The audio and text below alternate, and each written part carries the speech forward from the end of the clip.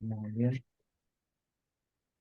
Eh, Indicaciones prácticas. Antes de la presentación, recuerden que Alejandro Gómez va a hablar media hora, 45 minutos como mucho, y luego yo voy moderando las preguntas que van a quedar escritas por ustedes. ¿Está? No pregunten en el chat, sino que hagan las preguntas en Q&A. ¿Está? Que es el lugar especialmente preparado para eso. Bien, y Alejandro Gómez. Alejandro Gómez es uno de los historiadores más importantes en este momento de Argentina, me atrevo a decir de América Latina, y es nuestro historiador oficial del Centro Friedman Halley. Doctor en Historia por la Universidad Torcuato Di Tella, Master en Arts in Latin American Studies por la Universidad de Chicago, Máster en Economía y Administración de Empresas por el ESEAD. Y por supuesto, con gran actividad docente, y ha publicado libros y artículos en su especialidad. El tema de hoy tiene una importancia fundamental en la historia del liberalismo clásico, sobre todo para distinguir determinadas corrientes liberales unas de otras, ¿no? Que es el tan discutido y siempre presente tema de la Revolución Francesa. Bien, no hablo más, los dejo con la estrella de esta noche, Alejandro, todo tuyo. Gracias, Gabriel. Buenas tardes a todos. Gracias por venir a esta charla. Eh, Me tocó un tema fácil, que es la Revolución Francesa, ¿no? Que es un tema inacabable, el cual se está reescribiendo siempre. Como dijo Gabriel, yo soy historiador, así que el enfoque que le voy a dar un poco a esta breve charla es bien histórico, no tanto filosófico o económico. Y, y me voy a centrar en tres dimensiones, digamos, de la Revolución Francesa, tres aspectos, ¿no? Uno es un poco para iniciar la parte específica del momento de la revolución y qué significó, qué implicó para Francia. Una breve referencia, voy a estar haciendo siempre en comparación con la revolución americana o la independencia de los Estados Unidos, algo de lo que hablaron, creo, la última sesión, la última reunión. Luego voy a mencionar brevemente la visión de Alexis de Tocqueville, ¿no? Que es muy conocido por su texto La democracia en América, pero tiene otro que se llama La revolución y el antiguo régimen, donde hace referencia a esta cuestión, ¿no? Y por último, en la tercera dimensión, el impacto de la Revolución Francesa, ¿cuál fue el impacto en la independencia de América Latina? ¿Sí? Que es uno de los temas quizás más estudiados, pero con distintos enfoques, ¿no? Entonces, esas son las tres dimensiones a las que voy a aludir a lo largo de la presentación, y luego conversaremos entre todos de algunas cuestiones específicas, ¿no? Pero para eso, un texto sencillo y de referencia, solamente para mostrar acá, ¿no? Este es un libro que tiene una serie de ensayos. Yo después le voy a hacer llegar el ensayo sobre el que habla la revolución, ¿no? Que se llama The Tale of Two Revolutions, de Thomas Peterson, donde compara la Revolución Francesa y la Revolución Americana. Es un texto pequeño de unas 10 páginas. Pero este librito, que es la edición de muchos artículos que aparecían en la revista de Freeman, de la Foundation for Economic Education, ¿no? Se llama The Spirit of Freedom, ¿no? O sea, es bien interesante para aquellos que les interese. Y digamos, cualquiera que se tome el trabajo de buscar artículo por artículo, supongo yo que están todos absolutamente online, ¿no?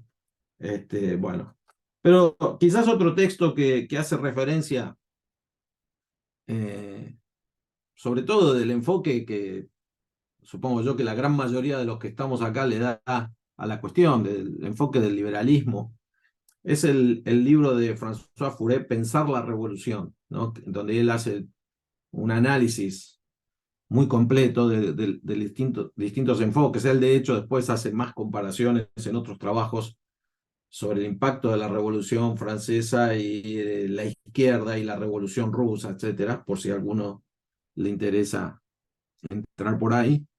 Y el mencionado libro de Alexis de Tocqueville, El antiguo régimen y la revolución.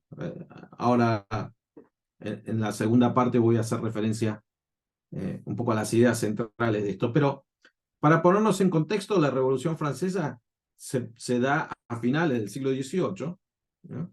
En una situación donde la economía de Francia estaba bastante convulsionada, sobre todo después de la guerra de secesión, la guerra de los 7 años entre Estados Unidos y Francia, precisamente, perdón, Inglaterra y Francia, pero que tiene su correlato en América, lo cual termina desembocando en la independencia de los Estados Unidos. Las arcas habían quedado diezmadas y ante la disyuntiva, ¿no? Una típica disyuntiva que tienen los gobiernos, que es o bajamos el gasto o aumentamos los impuestos.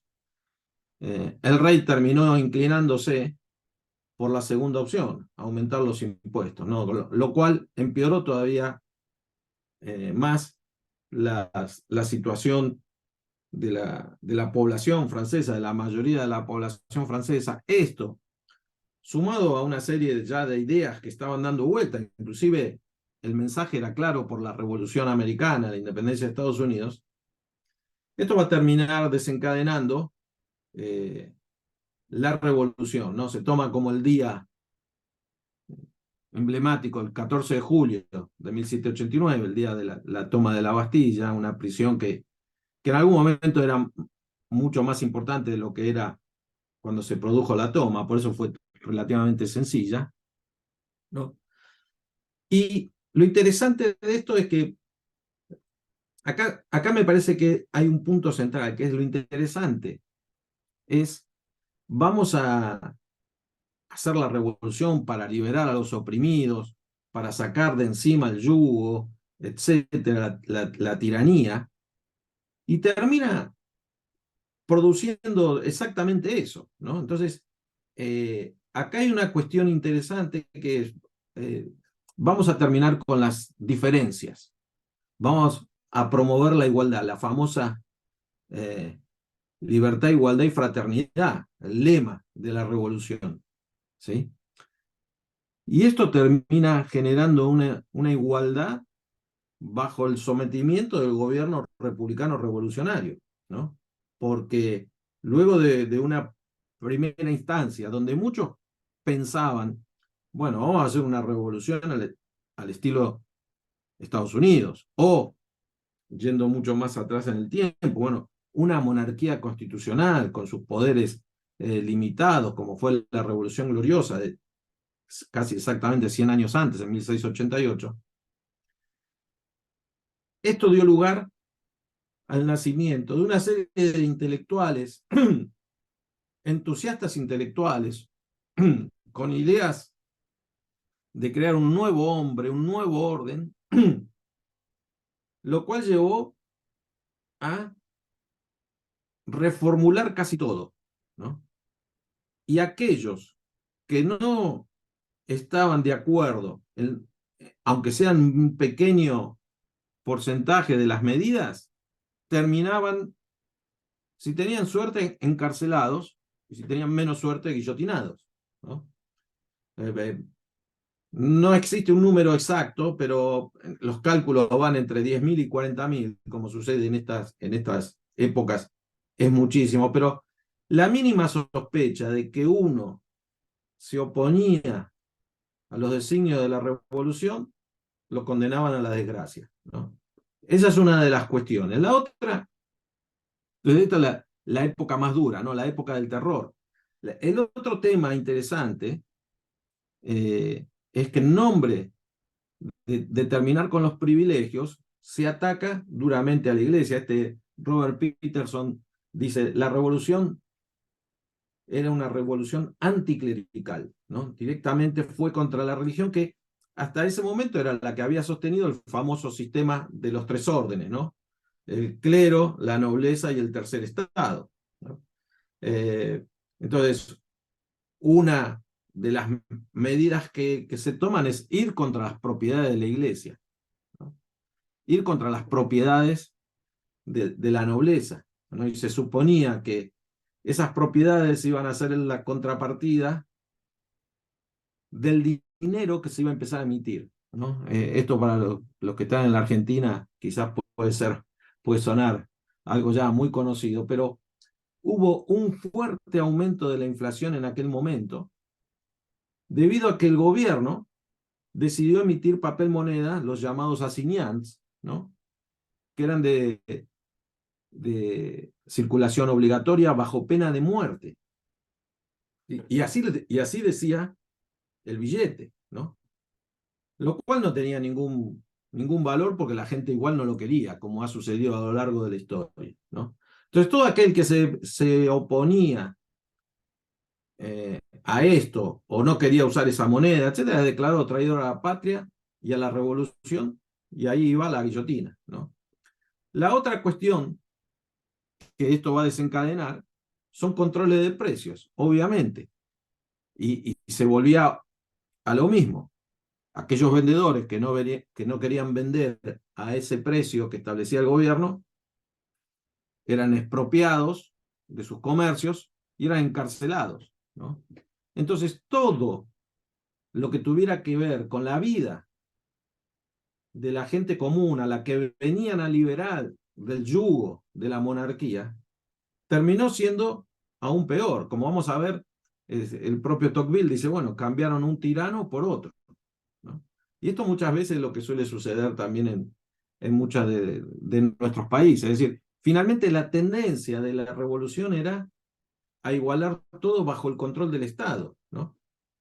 Para muchos autores críticos de la revolución, es el estatismo moderno comienza con la Revolución Francesa. Y por eso uno ya puede empezar a especular que esto le ha gustado tanto a los políticos modernos, ¿no? Uno, por lo general, cuando se estudia en la escuela, cuando se habla de la Revolución Francesa, sobre todo en Hispanoamérica, ¿no? Se exalta la Revolución Francesa, estos valores y la obsesión, ¿no? La igualdad, ¿no? Esto de la igualdad de los habitantes, pero es una igualdad, primero, bajo el control del Estado, y segundo, una igualdad empobrecedora, ¿sí? Porque esto es lo que va a generar el caos económico que se generó en estos primeros años, los primeros 5 años de la Revolución Francesa, entre el 90 y el 95, fue terrible, ¿no? La anarquía, el estatismo, y luego, y esta es el primer toque, ¿no? de esta primera dimensión, sería el surgimiento de una dictadura. Es decir, la Revolución Francesa termina, al menos en esta primera etapa, con el surgimiento de Napoleón, ¿no? Es decir, todo lo contrario a lo que se pretendía eliminar, supuestamente, ¿no? No es una revolución que habla de la libertad individual, sino de la libertad del pueblo, ¿sí? Y de estos pensadores utópicos, muchos de los cuales terminan masacrados en la guillotina, ¿no? No es que ellos van a llevársela bien, ¿no? Porque la propia revolución se termina devorando a muchos de ellos, ¿no? Entonces,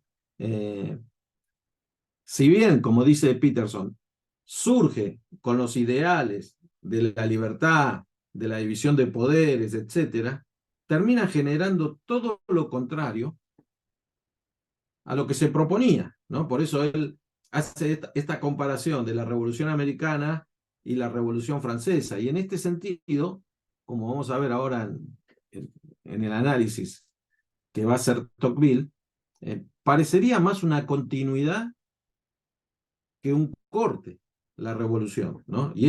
Entonces esta es la segunda instancia, o la segunda dimensión a la que me voy a referir, que es el análisis que hace casi 50, 60 años después, Alexis de Tocqueville escribe el libro en 1856.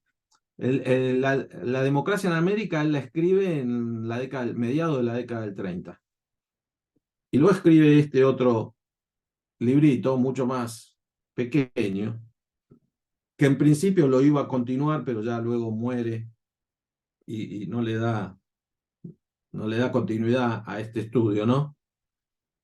Pero él, que es un francés aristocrático que tuvo que salirse de ese medio, ¿no?, en el que estaba, él, su familia, obviamente, porque cuando produce la revolución era muy pequeño, ¿no? Dice, eh, el ideal de libertad que está promoviendo la revolución termina en despotismo, ¿no?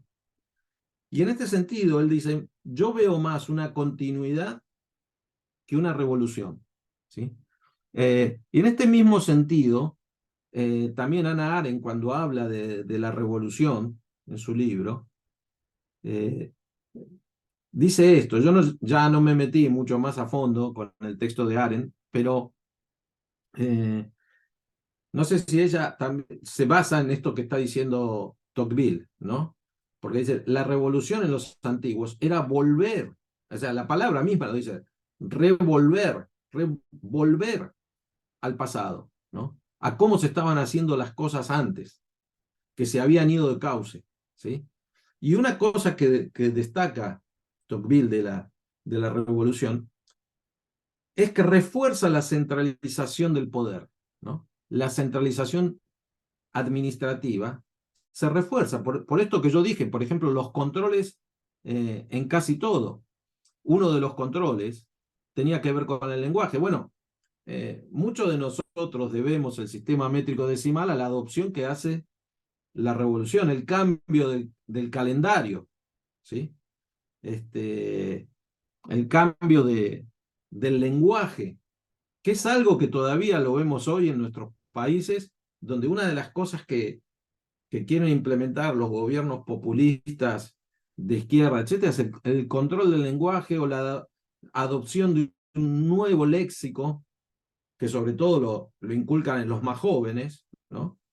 Porque finalmente el que controla el relato tiene gran parte del control de la política, ¿no?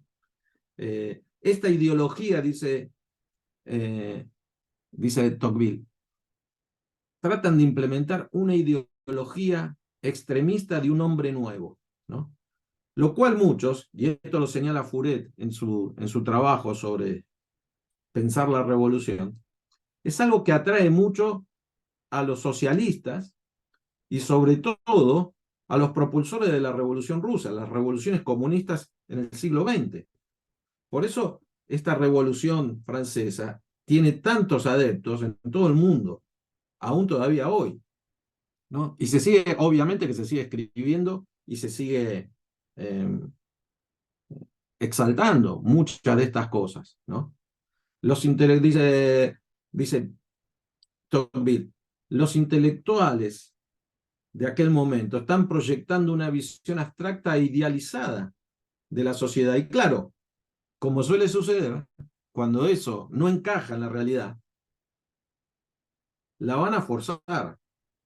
En aquel momento, bajo la amenaza de la guillotina, principalmente, ¿no? Esta idea de, mirá, el mundo es así, y si vos no lo ves así, yo te voy a meter de todas formas en ese mundo, ¿no? Esta visión idealizada, ¿no? Esta lucha, señala Tocqueville, contra el egoísmo individualista, ¿no? No hay que olvidarse que en ese mismo momento que también estalla la revolución, está surgiendo el capitalismo con más fuerza que nunca, ¿no? En plena época de la revolución industrial, ¿sí? Entonces, una de las cuestiones que se proponen estos revolucionarios es liberar a los trabajadores de la explotación, ¿no? Y entonces, todo esto termina, como dije, ¿no? En primero, y lo señala él, en anarquismo. Esa anarquía descontrolada, ese terror descontrolado, va a hacer que aparezca alguien que va a venir a poner orden, y ese que viene a poner orden es nada más y nada menos que Napoleón Bonaparte. ¿Sí? Y además, con esta idea de expandir la revolución al resto de Europa. ¿Sí? Entonces, todo este contexto es lo que hace que muchos vean en la revolución, acá salto un poco más, ¿no? Para aquellos que no tienen tan claro cómo es el tema histórico, ¿no? Decir, bueno, la revolución en 1789, al principio la idea era, bueno, hacer se hicieron como 4 o 5 constituciones, si mal no recuerdo, y hasta me puedo estar quedando corto, en un lapso de 10 años. La idea era tener una monarquía constitucional, etc. Ahora, cuando el rey no acepta esto y está ahí tratando de escaparse para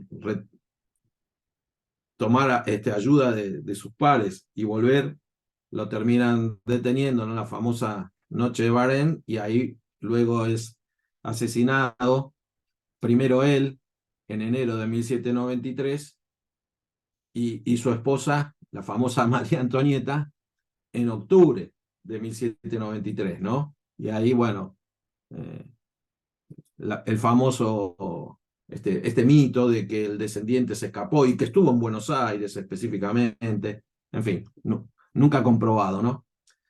Ahora, luego de eso, viene la época de los jacobinos, el terror, ¿no? Los más extremistas de todos. En 1795 viene la época del consulado, tal, y de ahí va a surgir Napoleón, ¿no? El jefe militar de las tropas revolucionarias, ¿no? Que se va a consagrar emperador en 1804, ¿no? En un plebiscito que se hace en aquel momento. Y Napoleón va a tratar de expandir esta revolución, pero que ya es otra revolución distinta, por eso digo, ¿no?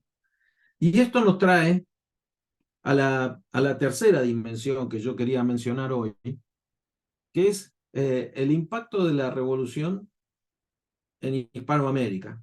Porque hay mucho,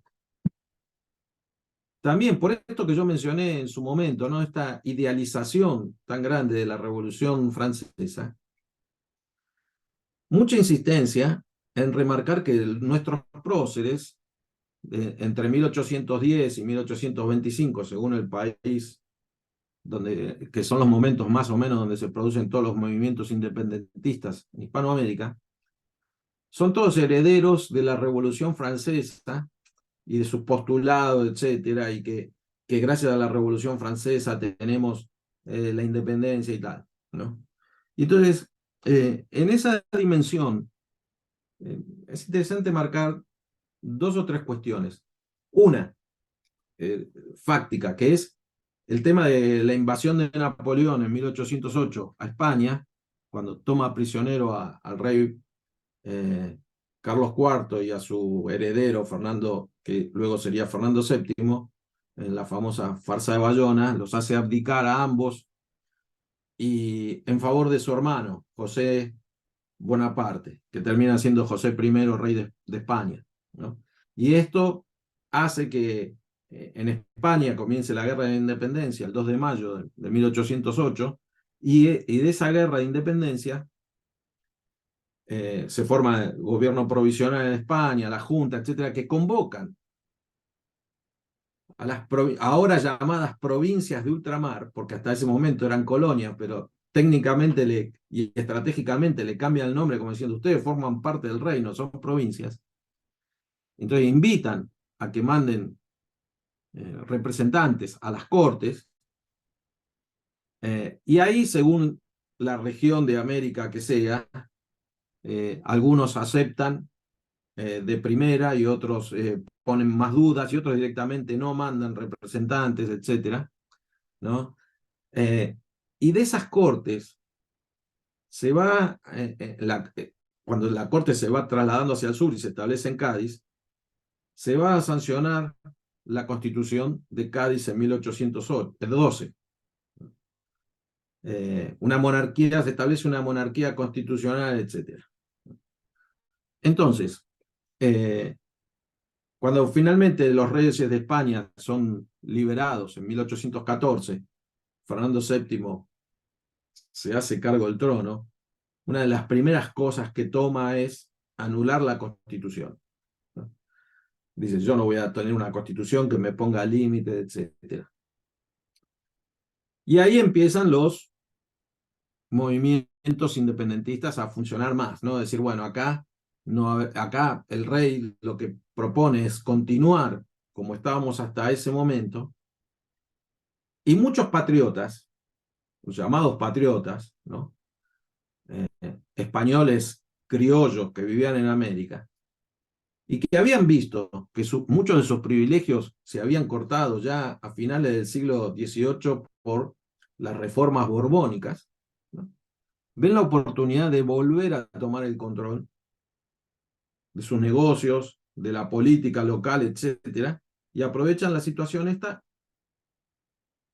y se declara independencia en distintos lugares, en algunos donde había menos presencia española, eso se produce más rápido, y en otros lugares las luchas van a tomar un poco más de tiempo. Ahora, entonces, en ese sentido, como una consecuencia no deseada de la Revolución Francesa, se producen estos movimientos, ¿no?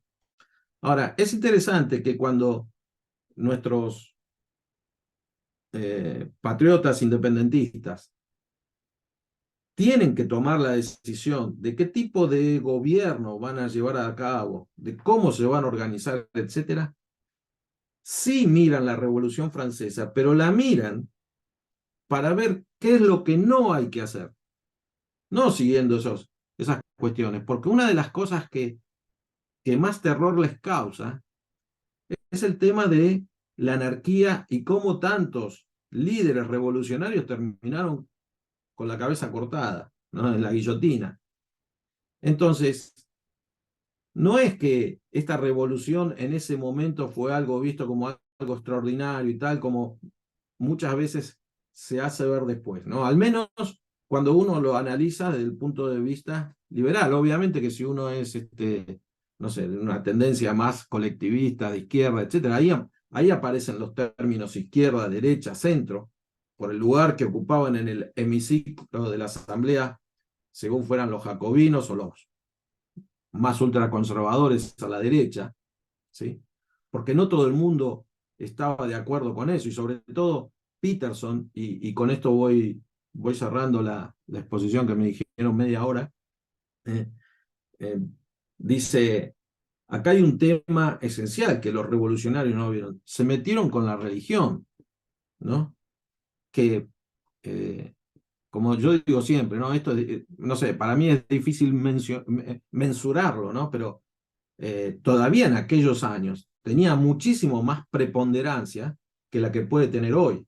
Y sobre todo para las clases menos acomodadas, que tenían su visión del más allá como un anhelo a alcanzar en una vida que era muy miserable hasta ese momento, ¿no? Entonces, ir en contra de las creencias más sagradas, porque uno puede ir en contra de un sistema político si quiere, pero ir contra lo más importante para la mayoría en esos tiempos, ¿no? Si todavía hoy, yo acá últimamente en Argentina con el candidato libertario, etcétera, ¿no? Entre tantas cosas que llaman la atención, hace unos comentarios con respecto al Papa que a uno le puede parecer más simpático o menos simpático, lo que sea, pero no deja de ser el jefe de la Iglesia Católica, y se armó una polvareda, estamos en 2023. Imaginemos, ¿no? Ir 240 años para atrás y ver qué tipo de reacción podría generar eso. Por eso una de las primeras medidas que se toman es, una vez que pasa esa etapa crítica, es volver a acercarse a la religión, a la iglesia, ¿no? Para decir, si no, esto no va absolutamente a ningún lado, ¿no? Entonces, para concluir esta primera parte de la presentación, diría, no sé, tres dimensiones. Lo que sucede en Francia, eh, y como siempre uno dice, este es un tema central para ver, una cosa pueden ser los principios que uno proclama y luego cómo aplica esos principios, ¿no? En este sentido, eh, desde el punto de vista liberal, siempre dice, bueno, estas libertades uno las va adquiriendo a medida que van transcurriendo, ¿no? Es el tema de la evolución versus la revolución, ¿no? La idea de que las conductas cambian de un momento para el otro, ¿no? Hayek ahí decía, bueno, la sociedad libre de mercado, etcétera, puede funcionar perfectamente, pero para que eso funcione tiene que haber acuerdos sobre que estas ideas son estos valores del respeto a la libertad individual, al derecho de propiedad, al poder limitado, son valorados por la mayoría por igual. Ahora, si esto no es así, es difícil que funcione de un día para el otro, ¿no? Él hablaba de que esto es producto de generaciones, ¿no? De la evolución de las costumbres, de las ideas, etcétera.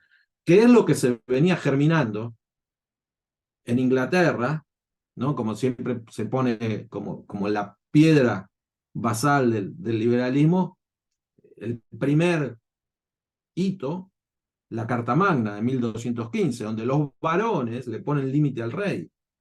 Es un límite entre privilegiados, pero es un principio de límite. Y luego se llega a la Revolución Gloriosa de 1688, ¿no? Que es lo que dice Arendt y compañía, es decir, esa revolución es para decirle al rey, no, mira, vos te estás excediendo, tenés que volver a los límites que ya te habíamos puesto. Por eso quitan al rey y ponen a otro, con el parlamento que les va a poner controles. Y esos mismos límites, esos mismos principios son los que toman los colonos ingleses en América, que conocían bien toda esta cuestión, y cuando después de esta guerra de los 7 años de la que hablé al principio, el rey de Inglaterra le quiere poner más impuestos y más controles a los colonos le dicen, no, nosotros tenemos estos principios. Si quieren ponernos más impuestos, tenemos que tener representación en el Parlamento, ¿no?